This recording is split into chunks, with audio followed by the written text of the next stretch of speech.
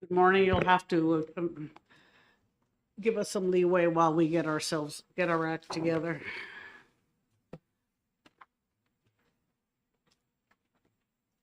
Okay.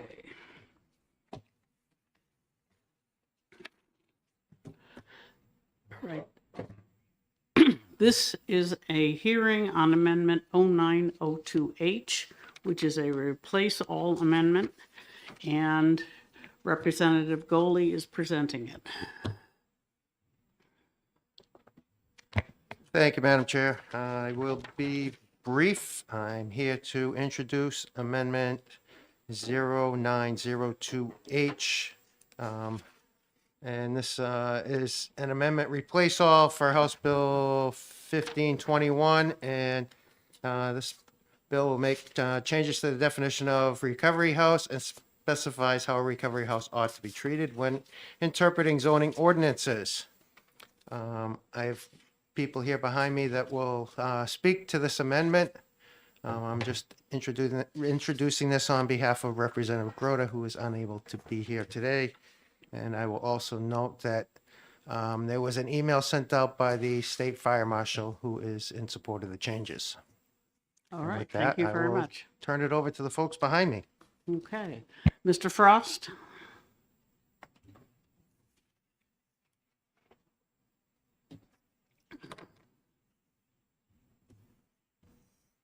Morning, Madam Chair and committee members. My name is Ben Frost. I'm the Deputy Executive Director and Chief Legal Officer at New Hampshire Housing, and I'm here to express New Hampshire Housing's strong support for this amendment that is 2024-0902H.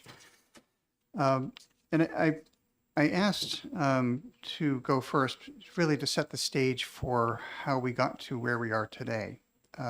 This is doing a non-germane amendment like this is, although not unprecedented, is a little bit unusual. In the summertime last year, we at New Hampshire Housing convened a group of stakeholders upon request of some of those stakeholders to discuss issues related to in particular, the local permitting of recovery residences. And what we learned from those stakeholders was that people seeking to establish recovery residences to help people who are, well, recovering from addiction, from substance use disorder, we're having a very difficult time because of some ambiguities in the law, some lack of clarity in the law, and also because of hostility to the notion of recovery residences generally. So we sought to work on things that would clarify the law and also provide a path for permitting of these types of uses of property. So the bill really is divided into two sections.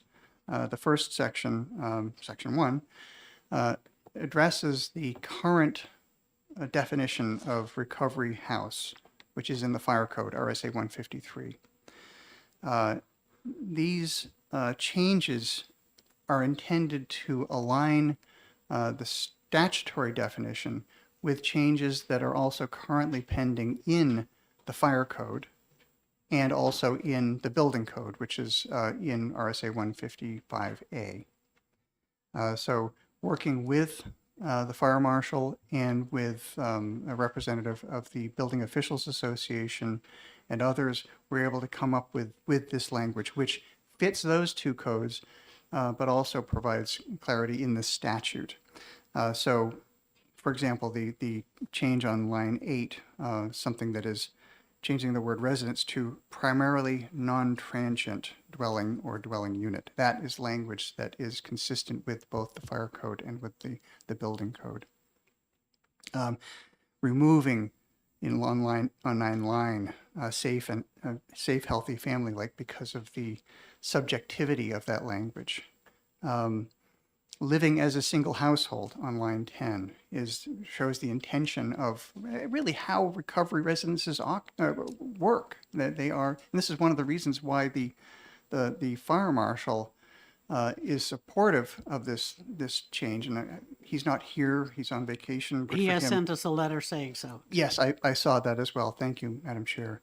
But what he said to us was the people who live in recovery houses are all looking after one another as a family would. So that's the notion of living as a single household. The language on line 11 is not changed. And this is intended to mirror what is in federal law with the and SAMHSA SAMHSA regulation that says centered on peer support and a connection to services that promote long-term recovery. So that is to be consistent, remain consistent with federal law. And then finally, on line 12, in this change of the definition, boarding house or rooming house, that is, these are not to be, this definition does not cover those situations where you have something that is operating as a boarding house or a rooming house. So those are the changes to the current statutory definition. Section 2 of the bill deals with the local permitting by planning boards and zoning boards of adjustment, which has been a great source of difficulty for people seeking to establish recovery residences. And what this does is it provides clear direction to municipalities, to planning boards, and to zoning boards that recovery residences are to be treated as residential uses. So if it's in a one-family house, then you treat it as, you do the permitting as if it were a one-family house, because that's what it is. If it's a duplex, you treat it like a duplex. If it's a multifamily house, you treat it like a multifamily house, not as something that is separate and distinct and different. And in fact, on lines 20 and 21, you see the use of an existing multifamily structure as a recovery house under this paragraph shall not require site plan review. If it were new, then it would, because multifamily structures do require site plan review by planning boards. But if it's an existing multifamily, then it's just the perpetuation of that multifamily use. So these are the changes that got proposed, but because of the time it took for us to work through this, it was many months of work, we missed the filing deadline, and we're seeking a vehicle to get this introduced as a non-germane amendment, and that is why we are here today. And we thank you for that. I'd be happy to take questions. But I'll note that there are a lot of people behind me with far greater expertise in the actual establishment and operation of recovery residences than I've exhausted my knowledge on the subject here. Thank you. I have one question. How is it that you're involved? We offered to help. That's a great question. We don't have a dog in this fight or a stake in this game. It's just something we have expertise in dealing with planning and zoning and in drafting of statutes. So we offered to provide assistance. I see. Thank you very much. Are there any questions? Seeing none, thank Thank you, you. Mr. Frost. All right. Looks like you are all in favor, so I will trust you will not be too repetitive. Sean Canizaro.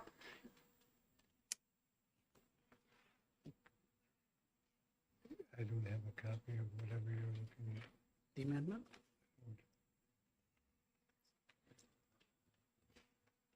Hi, good morning. I Get you one. was hoping I didn't go first.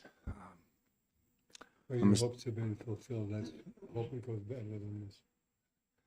I just want to thank you for letting me share my experience with this. My name's Sean Canizaro. I own and sorry, I always get emotional because this is a touchy subject. My girlfriend Melissa and I own and operate 3 recovery houses in Claremont, Hope to Freedom Recovery Homes. And I want to stress that the city of Claremont, I'm very grateful for. They worked with us, they helped us, they taught us, they guided us, along with, NH Core, which the executive director, Kim, is behind me. We've had a lot of help and a lot of support. With zoning, planning, and all this stuff I had to learn as I went because I didn't know. My goal was to just open a recovery house and help people like someone helped me. That's why I get emotional. I always cry, and so I ended up in Claremont with a multifamily, and I started with 4, as we call them, beds. So I was able to help 4 people, and it was 3 apartments. I lived in one. There was 4 beds in one apartment, and I had regular tenants in another apartment. But when those tenants left, I was able to turn the upstairs apartment into part of the recovery housing. So it was 4 beds in one floor and 5 beds upstairs. So if you go above 8 residents, then you have to get either a sprinkler system, and then you might be able to get a variance from the fire marshal, but it knocks it down to a fire monitoring system. Now, these fire monitoring systems are about $15,000. We worked with the state fire marshal's office and the coding office, and they said that we can use a residential home monitoring system. But the deputy fire chief in Claremont was still a little confused because he was going on, forgive me for not knowing the terms, like the old law or the old bill or whatever was in there. And it took months and months and months for us to figure it out. And yes, yet again, the city definitely worked with us. And so that's one house. So they're working with us and we're just helping people and we're going on and we're living life. And then I get the opportunity to open a female house. It is a single family house. And here's where the lengthy process started. So we had to go in front of the zoning board for 7 months because it is a single family. So at recovery housing, if you go above 5 residents that are not blood related, you have to get permission from the zoning board and the city and whoever else has their hand in this. And what happened was we were teaching each other, we were learning, everything was good. And we were proving that we're a solid recovery house, but it took 7 months. So in the meantime of that 7 months, people probably died because they didn't have anywhere to go.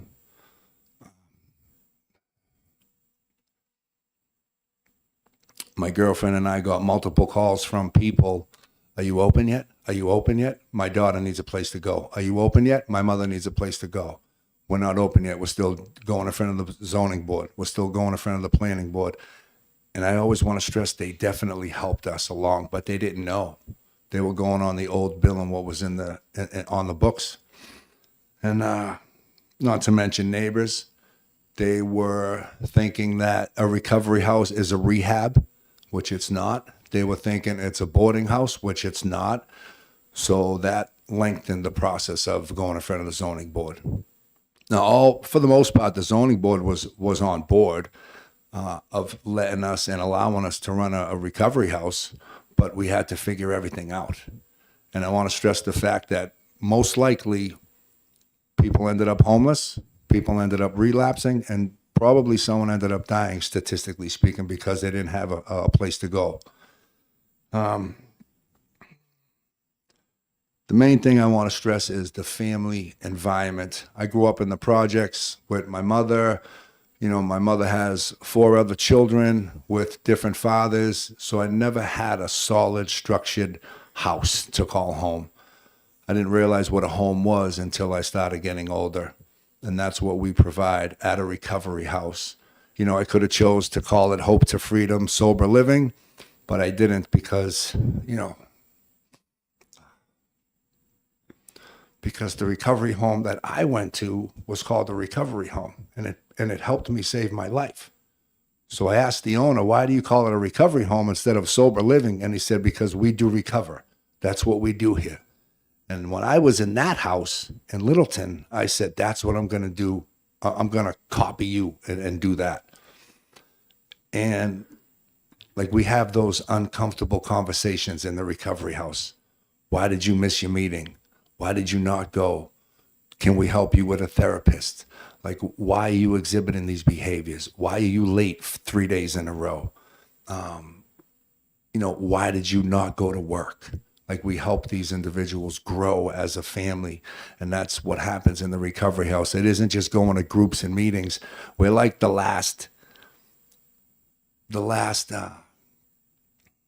we're basically their last chance, because we teach them basic life skills. Some of these guys come here, and the woman come in, they don't know how to sweep a floor. They don't know how to live life. They get high. They smoke crack. They shoot heroin. They prostitute themselves, and then they end up in rehab, and then they end up with us in a recovery home, and that's where the real work starts. There's other work, but when you leave treatment, now you have to go get a job. Now you have to fight for your kids again. Now you got to go to court. You got to get a license. You got to get an ID. You got to get insurance. You have to do all these things. You have to go to meetings. You have to go to your 12-step meetings and work your 12 steps in order to survive another day. And when all that's not working and you come home, you have a roommate or someone else in the house that's going to help you and support you get through that night, so you don't use and you don't end up on the streets again. That's the difference. So once again, it took 7 months, and I'm very, very grateful. We have a great relationship with the city of Claremont, but the thing is, it took 7 months. I don't know how many people died in that 7 months. I think that's it for me. Thank you so much for your time. I appreciate it. Thank you very much. Don't go anywhere yet. Oh, There sorry. may be questions. Are there any? Yes, Representative Schmidt. I'm acting in the unaccustomed role of clerking. So you said something about early on that you operate 3 recovery houses, Yes, sir. recovery homes, maybe it's the same thing, and they're all in Claremont? Yes. All in Claremont, okay. Thank you. Very good. Anyone That's it for me for the moment. All right, thank you very much. Thank you. Cheryl Andrews.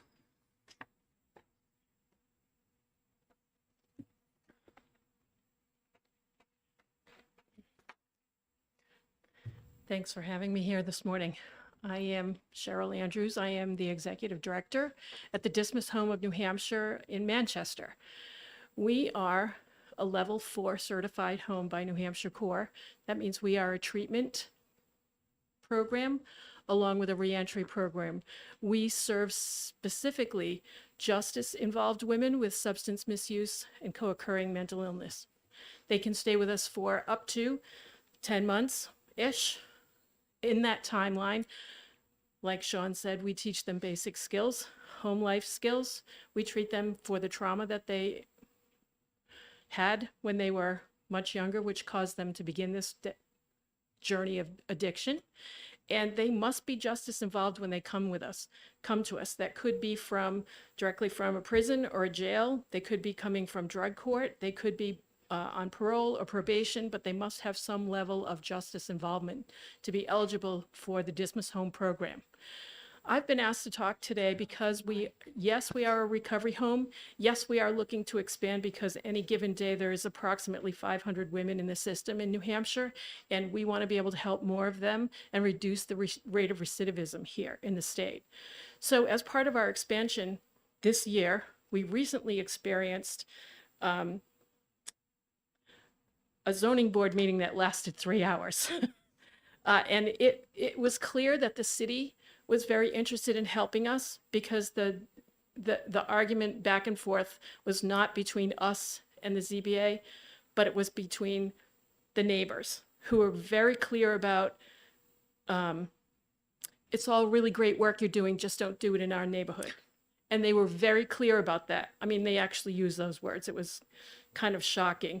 And for a 3-hour meeting to end up with an approval, I think that this bill would help the ZBA and the planning board make their decisions quicker and clearer and disregard the comments from the peanut gallery on both sides if they're not appropriate for the setting or the program itself.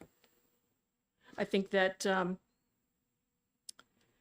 having the standard provided by the proposed amendment helps legitimate homes like Dismas Home, as well as our cities and towns by addressing the fear and the concerns caused by misinformation. That's pretty much what I got. Thank you very much. You're Question, welcome. Representative Goley? Thank you, Madam Chair, and I'm not sure if you can answer this or not. Unfortunately, the fire marshal can't be here, but I'll be in touch with him as well. Do you know if halfway houses fall under this exemption, or are they a totally different entity? So a halfway house is run by a corrections department. We are not a halfway house, so I can't answer that question. Excuse They are me, not mandated to come to us from the corrections unit, and the corrections department doesn't have any oversight of our organization.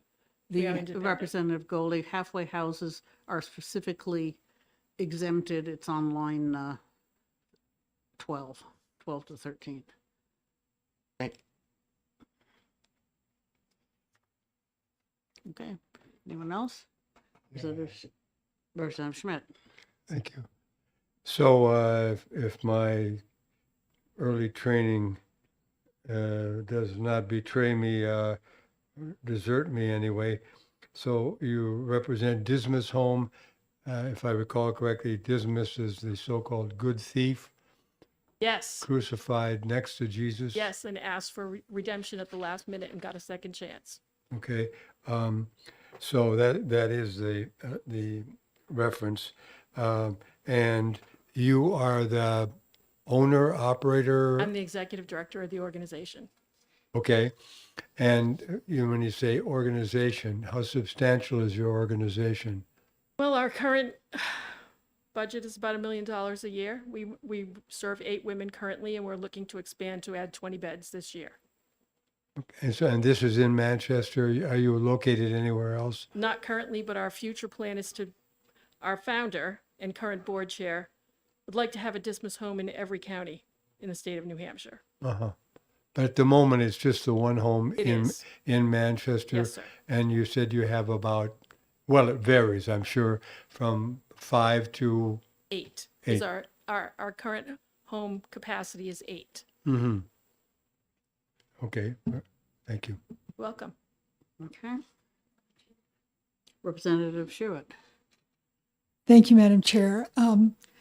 You stated that during this 3-hour zoning board hearing, there was apparently a lot of pushback from prospective neighbors. I assume you've been in operation since you stated you were okayed. How has acceptance been from the neighbors since you've been in operation? So our current neighborhood at 102 4th Street actually is a very quiet dead-end street, and we had letters of support from our neighbors on 4th Street saying, we've been wonderful neighbors, we've been helpful in our neighborhood, we keep the cutest house, it's all pretty. So we've had great support from our current neighbors since we've been in operation since 2016. You're welcome. Okay. Anyone else? Thank you very much. You're welcome. Anina Hansen?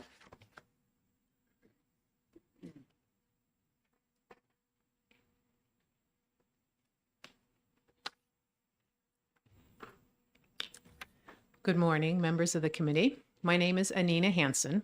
I'm from Peterborough in the Monadnock region. I'm a person in recovery from alcoholism. And once upon a time, I fell in love with another person in recovery from alcohol and heroin addiction. Phil had sobered up several years before in prison, and when he was released, he knew he didn't stand a chance of staying clean without a safe and supportive place to live. Fortunately, he found a bed in a sober house here in New Hampshire when he needed it. It was such a life-saving measure for him, he went on to found 2 sober houses of his own, giving scores of men a safe place to start again. Now, recovery housing is not a magical guarantee. It's just the first step in a long journey. Over time, Phil started a successful business. He bought his own home. He met me, and we built a life together. But COVID happened. His mental health issues went untreated for too long. And at 5 years sober, he relapsed and died of a fentanyl overdose. Until you've lost someone to overdose, you cannot fully understand the absolute, irredeemable futility of it. It is a pointless and preventable death. Every single person who dies of overdose on any substance is someone who, with more time and more support, may have kicked their addiction and built a stable life. This is why a safe environment for early recovery is crucial. Whenever someone substance dependent makes the attempt to live substance free, the risk of relapse is highest by far in the beginning. Being surrounded by like-minded people who offer support, empathy, and accountability can be the difference between becoming a success story or a statistic. Phil used to say, "My guys are like any other group of adults who choose to live together. We are a family by choice," exactly as was mentioned earlier, "and we deserve the rights of a family, and certainly the rights of any group of housemates."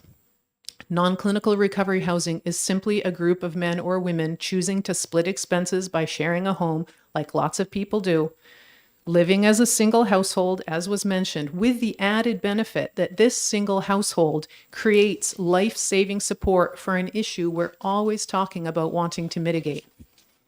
Anything we do to make sober housing easier to access, not harder, saves lives. And those lives go on to save more lives. Phil's sober houses in Laconia are still operational, and some men have been there for years now, still craving the stability and community they enjoy there. But most eventually reach the point where they're ready to move on. One of Phil's former residents became a first-time home buyer this winter. Another is running his own successful landscaping business. These guys help their communities, raise their kids, pay their taxes. In anyone's book, they are recovery success stories, but they didn't get here by accident. In those fraught early days of recovery, they found a soft place to land because a guy named Phil was willing to struggle over the hurdles to open a recovery house. Think how many more lives can be transformed if those hurdles are removed. We talk a lot about our state's addiction problems. One of the answers is sober housing. If we want fewer addiction-related statistics, we need more recovery housing. I urge you to take the simple yet powerful step of passing this amendment that will make it more straightforward to open more sober houses and help more people start over substance-free and stay that way. Thank you. Thank you very much. Could we bother you to have that written testimony? We'd like to have it for the record, You sure may. Would it be better if I emailed it to you? whichever is easier for you. Okay, I will make sure that the committee gets it. Thank you. Any questions? Representative Schmidt? Thank you, Madam Chair.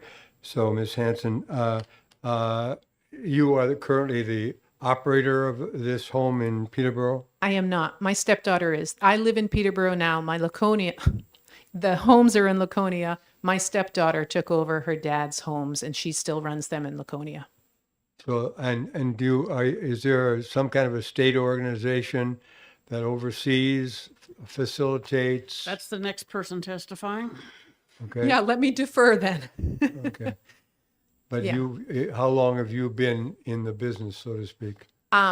My affiliation with it is about 4 years now of just seeing it at one step removed, but seeing the obstacles that were posed by difficulty around different zoning ordinances, but also seeing the huge success when we get past those obstacles and a sober house is allowed to open. So you just have a home of your own someplace else? Correct. In Peterborough, is it? That's Yeah, where I yeah. am now, yes. Yeah, yes. But the home you've been talking about is where? Laconia. Oh, in Laconia. Okay. Thank you. All right. Anyone else? Thank you very much. Thank you. Kim Bach?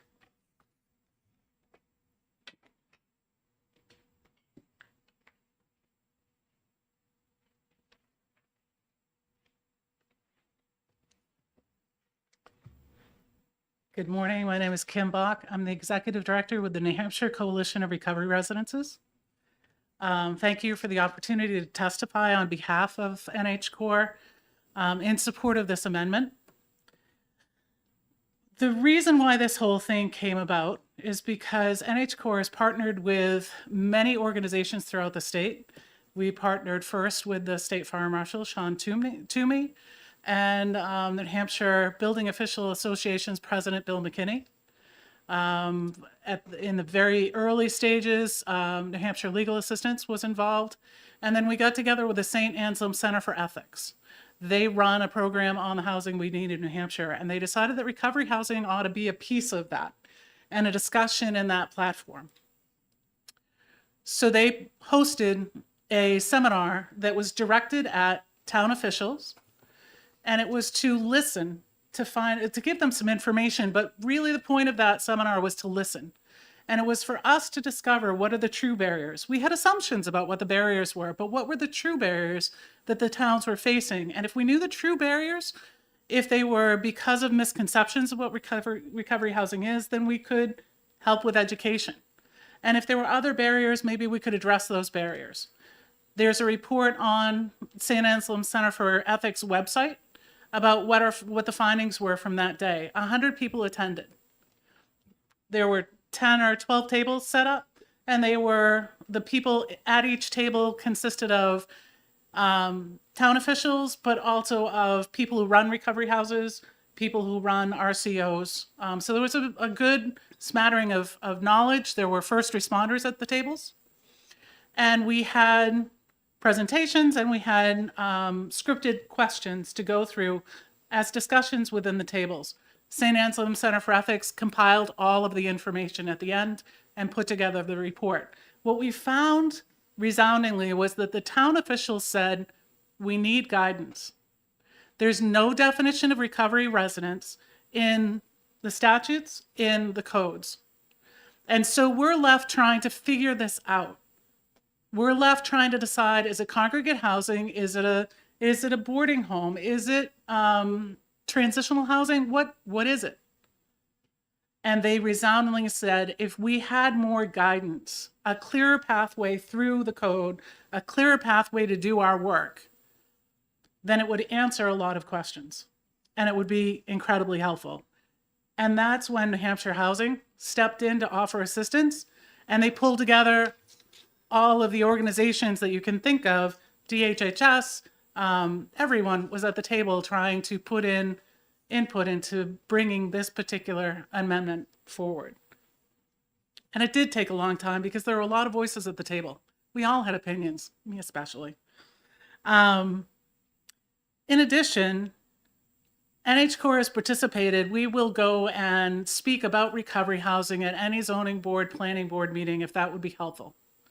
And so we participated in many of them. What I see is town officials who want to do the best for their towns. They're there giving up their nights with their families. They're working hard. They really do want to do the best for their town. And they struggle. And they hear an hour and a half, and I went with Dismiss Home for their hearing, and that was not the first time I've been involved in a hearing like that. It was the first time I felt uneasy about my safety, but it was not the first time that I've been involved in a hearing like that in that particular town. Town officials need some guidance. It's distressing to see them try and struggle with where should they stand without that guidance between what they think is right, what they think they should be doing for recovery housing, what they think that the federal laws say, and with what the public is saying, and with how emotional the public gets over it. I have a letter for you, and I can tell you that the voices in the room are loud and sometimes very aggressive. I think the town officials would greatly benefit from this amendment. It would give them the guidance that they need to more easily navigate that pathway forward with recovery housing. So, and I'd ask you to recall, you're hearing people that are more closely involved with recovery housing than I am, telling you about how people do succeed and what happens when it takes a long time for houses to get established, that lives are lost. But remember that some people that enter recovery housing have a 60% greater chance of achieving remission from addiction than people that don't have a supportive place to go. So I thank you for your time today. And if you have any questions. Representative Schmidt. If I recall correctly, you've been before us before Yes, I have. 5 or 6 years ago, maybe. Not quite that long ago, but a couple of years ago. Right, and you were doing the same work then? Yes, I was. And you're with New Hampshire Housing, and what is your capacity there? No, I am with the New Hampshire Coalition of Recovery Residences, and I'm the Oh. executive director. Mm. All right, thank you. Other questions? Okay, thank you very much. We'll take that letter, please. Michelle Lennon.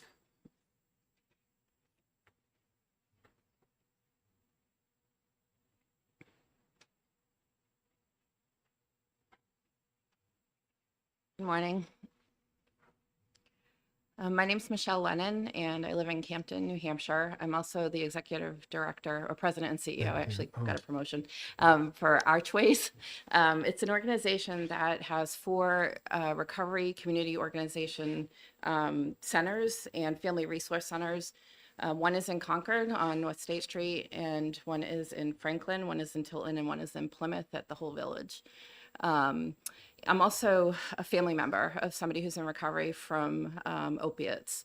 My husband fell off a roof back in 2019, 40 feet, and he lived through it. And it's been a long road for him, a lot of surgeries, and that's where addiction kind of hit our family pretty hard. I'd say I grew up thinking that bad people did drugs. I mean, it was just the message that I got in my family through DARE and other programs. So my coming to find addiction in my immediate family was pretty shocking and a huge learning curve for me. The level of stigma my family faced was very sporadic, I would say, because so many people knew like our story in our hometown. Like first responders were awesome. My kids had friends that were super supportive, and we've just been through a lot as a family. In 2015, I work also as a pastor of a church, and we were seeing just so much addiction affecting so many different families, and everybody was afraid to talk about it because of the treatment that you get, you know, and how you looked at kind of as a pariah in a way sometimes. What I found is I worked for somebody named Karen Welford, who was awesome as a home visitor doing family support work. That's how I got into this field.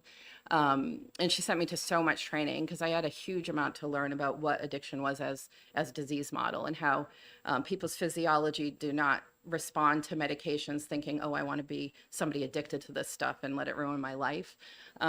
That's not how it was for my family, but it could have been. I was fortunate because I got a lot of education pretty quickly and was able to be that supportive family for my husband. When he overdosed, my son had been trained in using Narcan, and him and his girlfriend like brought my husband back. So he's still alive today. He's been in recovery now for a couple years. Just went through another surgery last October and did not take home pain meds after a hip revision. That's how solid his recovery is today. But there were times where I could not stand living with him as the wife. Because of, you know, the emotional regulation and stuff on both of our sides, because of the pain of what I saw him go through, being suicidal, crying for Jesus to take him home at night, how painful it was, but also the stress of having to keep my household together. My daughter graduated from SNHU last year, and my son is a master, doing his master's electrician's license now. And like that fell to me, and I was angry at him for that. But it was misplaced bias because he does have the brain disease of addiction. It was not something he chose. It chose him as a result of the medications he was prescribed from Dartmouth. What I know now, like as a director, basically, of these recovery centers, when people come through our door, there are families that were like me. My stinking thinking about what addiction was caused an environment for my husband that maybe wasn't safe for his recovery, because I wanted to blame him and shame him for a disease that he carried, and it was just wrong thinking. And a lot of people think that way. The people that we support sometimes do not have somebody at home that is an asset to their recovery because they just want things fixed. You know, and healing takes time. And when a guy can go into a recovery house or a woman can go into a recovery house and have people understand how hard it is, what they've been through, have those supportive services like what Sean's talking about to help them get on their feet, it is sometimes very much beneficial, even for the family at home, the kids at home that people don't see that get affected by this stuff. You know, I am so thankful because my husband actually spent time at Phoenix House when there was recovery housing in Tilton. And that month of helping him kind of get separation from his misuse of substances after one of his surgeries gave us peace in our home for a month, so we were ready for him to come home when he came home. This last time, as I mentioned, when he came home, he was fine with no pain meds. The time before, he got into trouble with pain meds. He's had 16 surgeries, I think, since the accident, and it was done in community, in the context of community. He didn't have to go to recovery housing. You know, we had the education and the support. Health First provided Vivitrol to him for a month to get separation from his time in the hospital, and it made a huge difference. But you know, the benefit of having a recovery home is that we've been moving away from an acute care model for a long time in substance use support services. It's so necessary for people to have a safe place to go where they can continue their healing and continue to have support from people who get it. Because so often families are hit with this stuff and they don't get it. I didn't, you know, until it hit my family. So I strongly support this bill because it shouldn't be up to neighbors to tell people they can't live in their own communities. These houses provide that family context when families can't do it. There are so many reasons why we need them. And I'd love to hear potentially in every county. It is important. So I appreciate your time. Thank you. Are there any questions? Okay, not seeing any. Excuse me, Representative Schmidt. Thank you, Madam Chair. So perhaps you could tell me, so I suppose it's not uniform or standard, but are these recovery houses run by the people who live there, or do they have some kind of a director or whatever? Does it vary? What is your experience? So my experience is when we refer to houses, we generally vet them and know who are there. Most often they are responsible house managers that live on site. Very often they are people in recovery that have lived at a home and proven their leadership skills over time.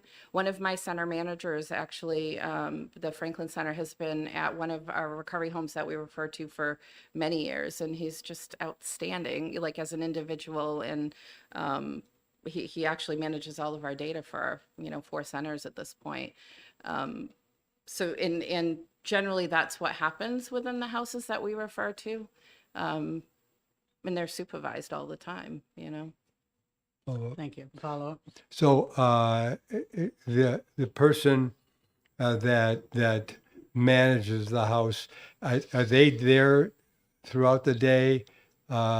Because I would imagine it would be difficult if the person has to go away for a regular standard employment away from the home, and now the home is potentially empty, or somebody there that is I think maybe not in the best of shape to be left on their own. Well, generally speaking, by the time somebody enters recovery house, they've already been through treatment, you know, so they are safe, you know, to be home alone.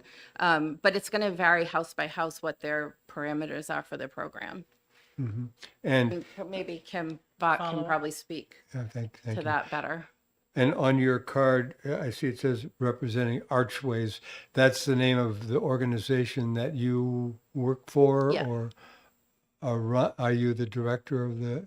Yeah, I'm the president and CEO. Of We have Archways. center managers in all 4 centers.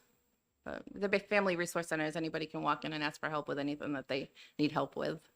Okay, thank you. Okay, others? Thank you very much. Jake Berry.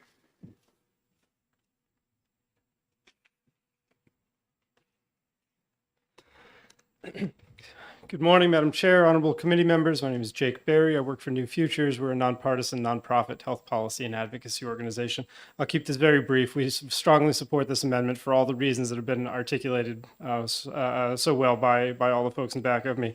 The shortage of recovery housing facilities is one of the major obstacles that it continues to face individuals impacted by substance use disorder and our state as we work to overcome the ongoing addiction crisis. Our communities, so many of them really seem to recognize the value of recovery houses, and they really want to be helpful partners in the development. But the fact is there is a lot of misconceptions out there or misunderstandings about what recovery housing is, what it is not, and that in and that really infringes upon our communities, our cities and towns' abilities to support the increased access to this invaluable resource. So this amendment really just seeks to clarify, again, what recovery housing is, as it is a residential facility. It is not a healthcare organization. There is no healthcare provided on premises, and therefore it really should be subject to the same fire and safety codes and zoning regulations as other residential facilities. We believe strongly that providing this kind of clarity, again, will provide important guidance to our communities and really help them as they want to do to achieve, to help the development of these critical resources. And I will point out that, again, this bill, I don't recall which line, but it does refer to houses that are either certified by New Hampshire Core or in the process of being certified. So again, these are houses that are already in the process of achieving all of these established health and safety codes as defined by Core and their national affiliate. So with that, I'm happy to take any questions. I thank you for your consideration. Questions? Seeing none, thank you very much. I do have written testimony. I'll pass it. Is there anyone else who wishes to testify on this amendment? All right, seeing none, I will close the public hearing.